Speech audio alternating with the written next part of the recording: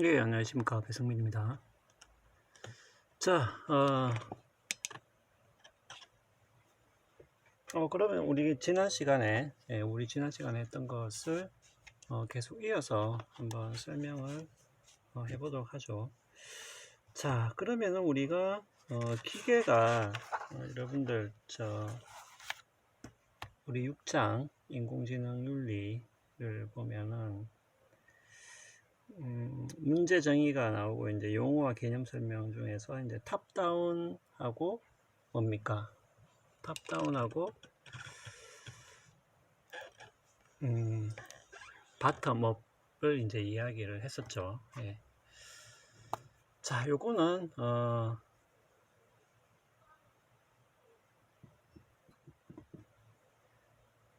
기계가 이제 결정을 하는데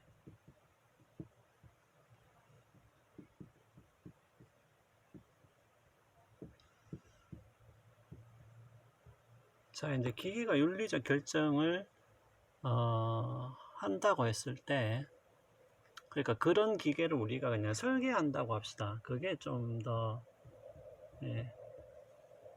아니 뭐 기계가 지가 알아서 뭐 그렇게 될 수는 없잖아요. 물론 뭐 뭡니까, 우리가 영화 같은 걸 보면 막 자기가 알아서 고치고 뭐 이렇게 하는데, 예. 아직은 뭐 거기까지는 아니기 때문에. 자, 그래서 이런 기계가 윤리적 결정을 하도록 설계를 한다고 했을 때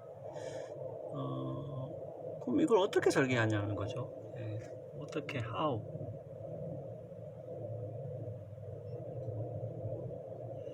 그래서 탑다운과 바텀업이라는 것은 이제 대체적인 방법이죠. 크게 나누어서 이렇게 두 가지로 우리가 나눌 수 있다라는 것이죠. 예. 탑다운하고, 예. 그 다음에 바텀업하고. 자, 여러분들 여기까지는 어렵지 않죠. 예. 요런 기계를 설계하고 싶다. 어떻게 설계한다.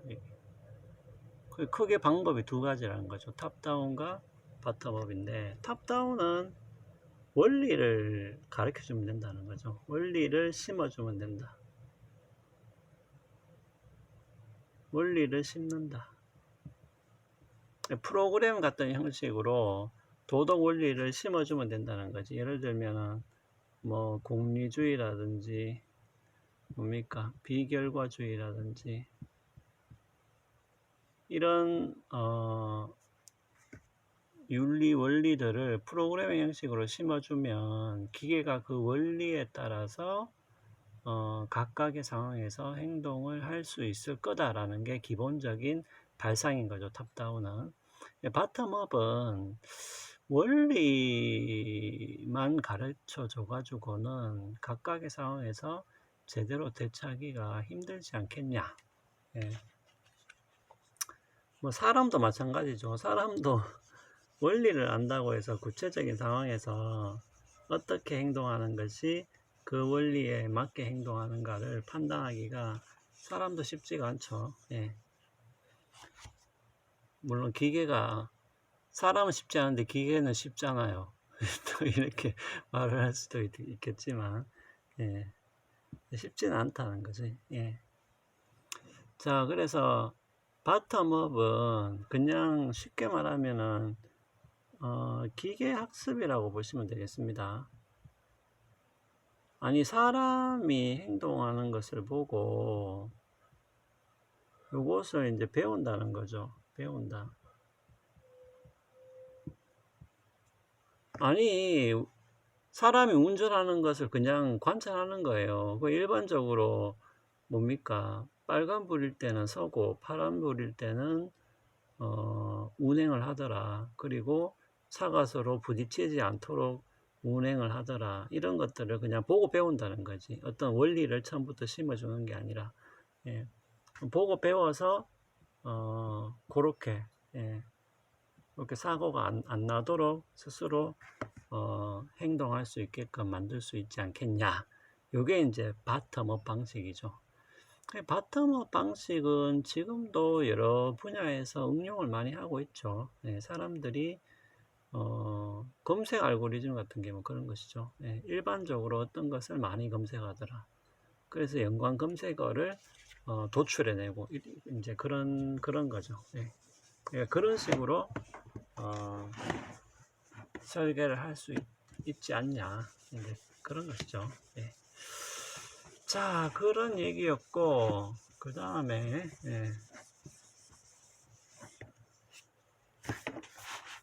자, 그 다음에 봅시다. 여러분들, 교재를 보면은, 기계와 그러니까 자율성이라는 것은, 그 기계 같은 경우는 스스로 운행을 하는 것이죠. 여기에는, 어떤, 모종의 판단 같은 게, 물론 인간이 내리는 꼭 그런 식의 판단은 아니겠지만은, 우리가 어떤, 선택이나 판단이 내려지고 있다라고 볼 수가 있겠죠. 그래서 뭐 GPS라든지, 그럼 요거는 이제 최단거리 검색이죠. 요 최단거리 검색 알고리즘은 굉장히 재밌는 게 많아요. 재밌는 내용들이 많아요. 하여튼 이런 것들은 우리가 뭡니까? 출발점과 도착점만 입력해주면 그 나머지는 자기가 알아서 계산을 하는 것이죠. 뭐 그런 거라든지, 그러니까 인간이 계속해서 실시간으로 어떤 자료를 넣어주고 어떤 명령을 입력하지 않아도 어떤 특정한 목적을 수행을 할 수가 있는 것이죠. 지금은 그런 기계들이 많은 것이죠. 그러면은 뭡니까? 자율성이 이렇게 정도 차이로 보시면 되겠습니다. 높다, 낮다, 뭐 많다, 적다 이런 식으로 조금 이해를 할 수 있겠죠. 그러니까 이거는 어떤 정도의 차이로 볼 수 있겠다라는 것이죠. 기계가 이야기하는 자율성이라는 것은. 자, 그 다음에 이제 법과 윤리적 결정의 차이인데, 이거는 지난 시간에 제가 이야기를 했는데, 요거는 이제 요 말은 왜 튀어나왔냐 하면은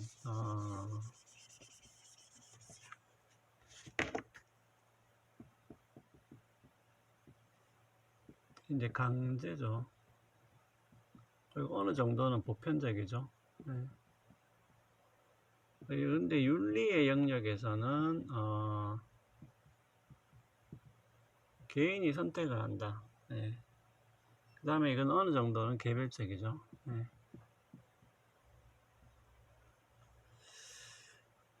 자, 우리가 법과 윤리는 요런 조금 이제 뭐 이거는 뭐 공식화라고 해도 상관없고요.